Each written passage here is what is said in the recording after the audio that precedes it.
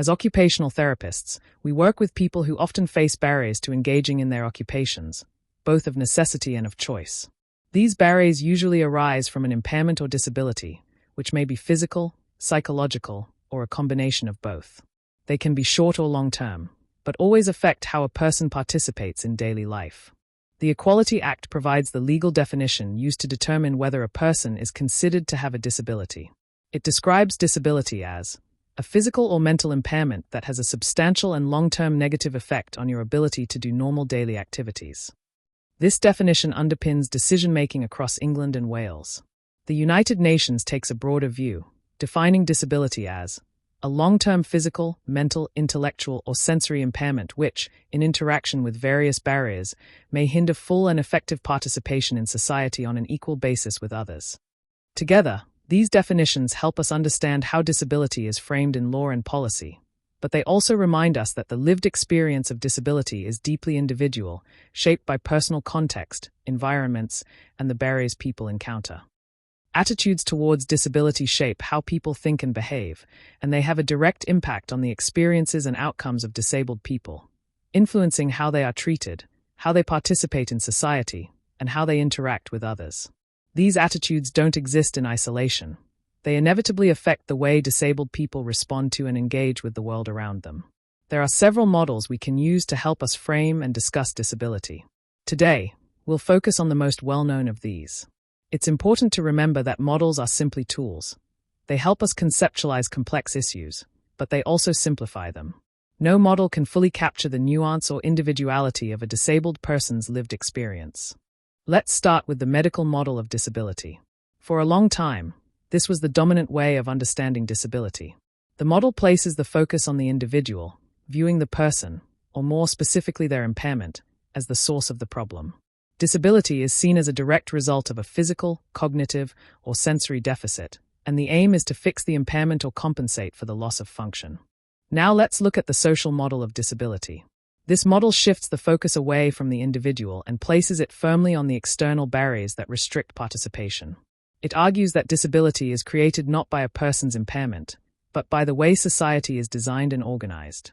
According to the social model, barriers arise from factors such as the design of the built environment, the way services are delivered, how information is provided, and even the actions and attitudes of other people. These external factors can prevent someone from taking part in everyday life, regardless of their abilities.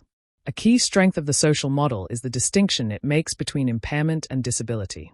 An impairment is a characteristic or long-term condition that may affect how a person's mind or body functions. Disability, however, is something a person experiences when society fails to anticipate or accommodate their needs. In other words, disability results from exclusion, not from the impairment itself. The model also highlights the wider social and structural issues that can create disability, such as poverty, limited educational opportunities, inaccessible environments, employment discrimination, biased assumptions, segregated services, and a continued reliance on medical model thinking. All of these factors can combine to restrict participation and devalue disabled people. Overall, the social model encourages us to look outward, to identify and remove the barriers that society creates, so that disabled people can participate fully and equally. Now that we've looked at each model separately, let's bring them together and think about how they differ. The medical model places the focus on the individual. It views disability as the direct result of an impairment, something within the person that needs to be treated, fixed, or compensated for. In this model, the barrier to participation is the impairment itself, and the solution lies in clinical intervention or personal adjustment. In contrast, the social model shifts the focus outward. It argues that disability is created by the barriers that exist in society. Things like inaccessible buildings, inflexible services, unhelpful attitudes, or information that isn't provided in an accessible way. According to this model, the impairment isn't the problem. The problem is the environment and the structures that fail to accommodate people's needs. So while the medical model asks, what's wrong with the person? The social model asks, what's wrong with the environment and what needs to change? Both models offer something useful, but they lead us in very different directions. The medical model helps us understand impairment and clinical need, while the social model helps us identify and remove the barriers that actually create disability. As occupational therapists, we often draw on both perspectives, But when we're thinking about participation, rights, and environmental change, the social model gives us a much more enabling lens.